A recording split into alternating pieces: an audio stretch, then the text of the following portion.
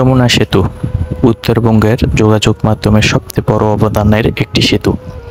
এটি যমুনা নদীর উপরে অবস্থিত এবং তার পাশ দিয়ে চলে গেছে ট্রেন লাইন। এই যমুনা সেতুর কারণেই উত্তরবঙ্গের কয়েকটি জেলা এবং বিভাগীয় কয়েকটা শহরের রাজধানীর সাথে যোগাযোগ মাধ্যম সহজ হয়েছে। আদিমকালে অর্থাৎ আজ থেকে অনেক বছর আগে এতটা সুযোগ সুবিধা পাইতো না উত্তরবঙ্গের মানুষেরা। এই সেতু হওয়ার পর থেকেই মানুষের জীবনের অগ্রগতি, উন্নতি, যোগাযোগ মাধ্যম এবং জীবনের চাবিকাঠি সকল কিছুই বেড়ে গেছে এই যমুনা সেতুর কারণে।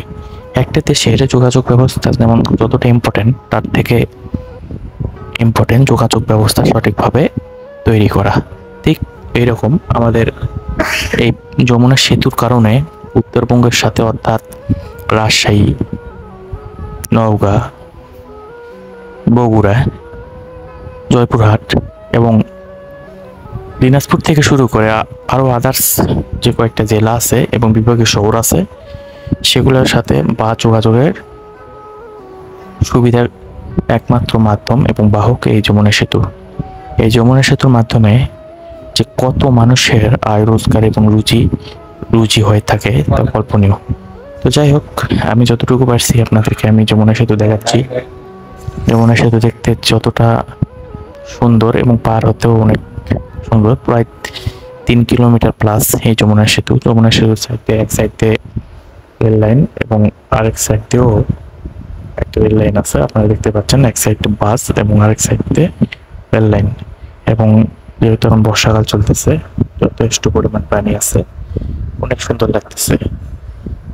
যদিও এখানে যমুনা সেতু নামার মতন স্কোপ হয়নি, তো আমি বাসের জানালা দিয়ে আপনাদেরকে আমি দেখাচ্ছিলাম। সর্বপ্রথম যমুনা সেতু আসলে টোল দিতে হয়, তো আমরা টোল দিয়ে ভিতরে চলে আসি। তো তারপর বাসের জানালা দিয়ে আমি ক্যামেরা তাক করে আপনাদের জন্য এই ভিডিওটা করলাম। তো আশা করি ভালো লাগবে।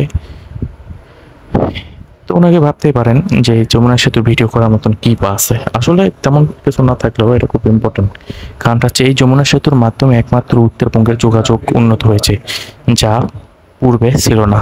তো একটা জায়গায় যারা থাকেন নদী এলাকায়, ওই এলাকায় একটা ব্রিজ বা সেতু কতটা ইম্পর্টেন্ট সেটা সবাই জানেন। যেমন আমাদের দেশের পদ্মা সেতু হচ্ছে স্বপ্নের সেতু ছিল, যার কারণে দেশের যোগাযোগ উন্নয়ন ব্যবস্থা অনেক এগিয়ে গেছে।